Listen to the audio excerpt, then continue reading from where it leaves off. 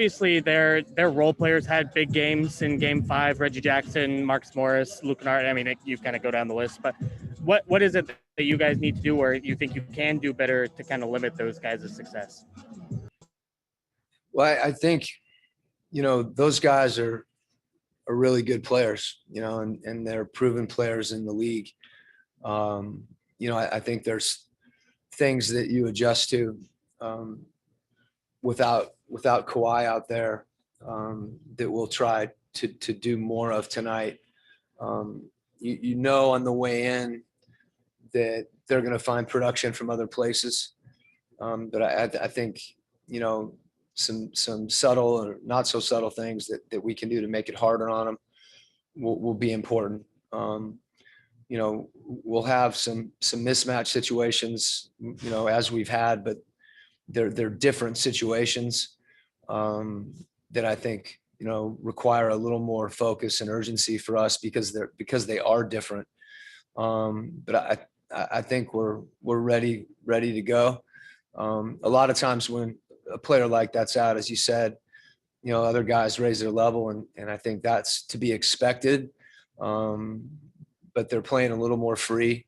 They know that, the team needs their production, and, give them credit. They did make plays. I thought as much as anything, the way the game changed also with man playing the 5, they've really hurt us in transition. So us being able to really get back and protect the paint and not let those guys, Jackson got to the rim a lot early, and, we have to take those easy ones away as much as anything. Morris hurt us a lot, picking and popping. We hadn't seen that as much in the series because, they're playing through Kawhi and PG more, and now they're playing through him, and that just, again, becomes a little different, and, you adjust for that. Ben Anderson, KSLSports.com. Does it feel now going into Game 6, especially because now you've seen them without Kawhi, that you've got maybe the best game plan because you're just so familiar with them? I mean, is this going to be the best one you have all series? Does it work that way? I think you have a game plan, and sometimes you adjust your game plan during the course of the game. And we've done that. We've done that some. We did that in Game 4. And then obviously with Kawhi out, typically, when a player of that caliber, is playing the whole series, your game plan, probably gets adjusted, but it doesn't change, as dramatically as it would when you lose someone like that. So, I wouldn't evaluate it on that continuum as much as I would say that, I think our execution and our focus on what we're trying to do, and hopefully some of the things that, we can do as a staff to help our guys, put them in positions where we can be even more effective. Lawrence Murray, The Athletic. Hey, Quinn, I think you kind of addressed this already as far as like seeing the Clippers team that didn't have their main piece or one of their main pieces for a game, but Paul George is still there. And just from your perspective, like, how do you kind of affect what they're trying to do a little more after seeing what he's capable of doing with Kawhi off the floor? Yeah. You go back and watch film of games they've had earlier in the year and see some of those tendencies. I think, the ball's in his hands even more. One of the things, because of his height, he's really able to attack our bigs at the rim. And, there are certain lineups that, he can have success doing that. So being mindful of that, guarding his pick and roll. The other thing, because he's 6'8", he's also able to shoot it off the dribble in the pick and roll. So he's gonna attack you in both those situations, and that's something we have to be able to handle, or at least impact. And then, also in isolation situations, I think there's just a higher volume of those things where, his ability, he's such a good ball handler, his ability to create space with his dribble and get a step back is something that, that I think, has given teams trouble and becomes a real matchup challenge. So, if we can make it harder for him, and, we need to utilize Rudy at, from a schematic standpoint, most of what we do involves trying to figure out ways to have Rudy be able to impact the game. That's not, a secret to anybody. But again, just us adjusting to personnel situations, closing out on Terrence Mann and having him drive the ball, things like that we've got to be really conscious of. And then I also think with Paul, he'll be even more aggressive in transition before a defense gets set. And that's something that we've seen really from their whole team, but from him in particular. So us getting back and not just being back, but really closing off driving lines to the rim when we're not in half court, is something that's really important. And then, he's going to get by and he's going to make plays, and we're going to be in rotations at times. That's what a great player does to you. And hopefully we can dictate those rotations more, and get to some of those guys a little sooner and not give them, as clean a looks. Kim Buford, LA News Observer. Good afternoon. Question for you is about the others, and is it incumbent upon you to kind of run plays to get the others involved, or is that do you ask them to kind of get themselves involved and kind of step up and play better basketball? A little bit of both. I think there's opportunities when we have matchup situations that we can take advantage of, and you try to.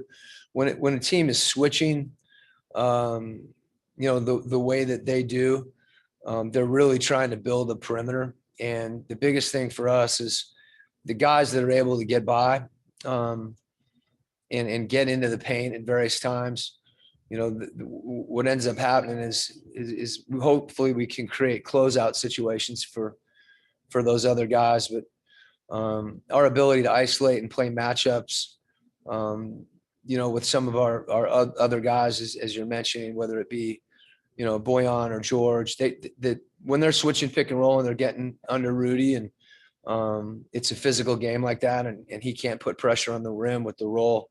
We've got to figure out ways to break the paint and then make him effective around the basket, on the boards and with, later looks after he gets to the rim. So I think to involve other guys for us is really more of a collective thing. It's one of the reasons, I think I've mentioned it's so important for us to get out and run, because that really gives guys, some opportunities where they have some space in transition. But, in the half court, when they're switching pick and roll and they're switching screening actions when they're small, they're taking some of those things away.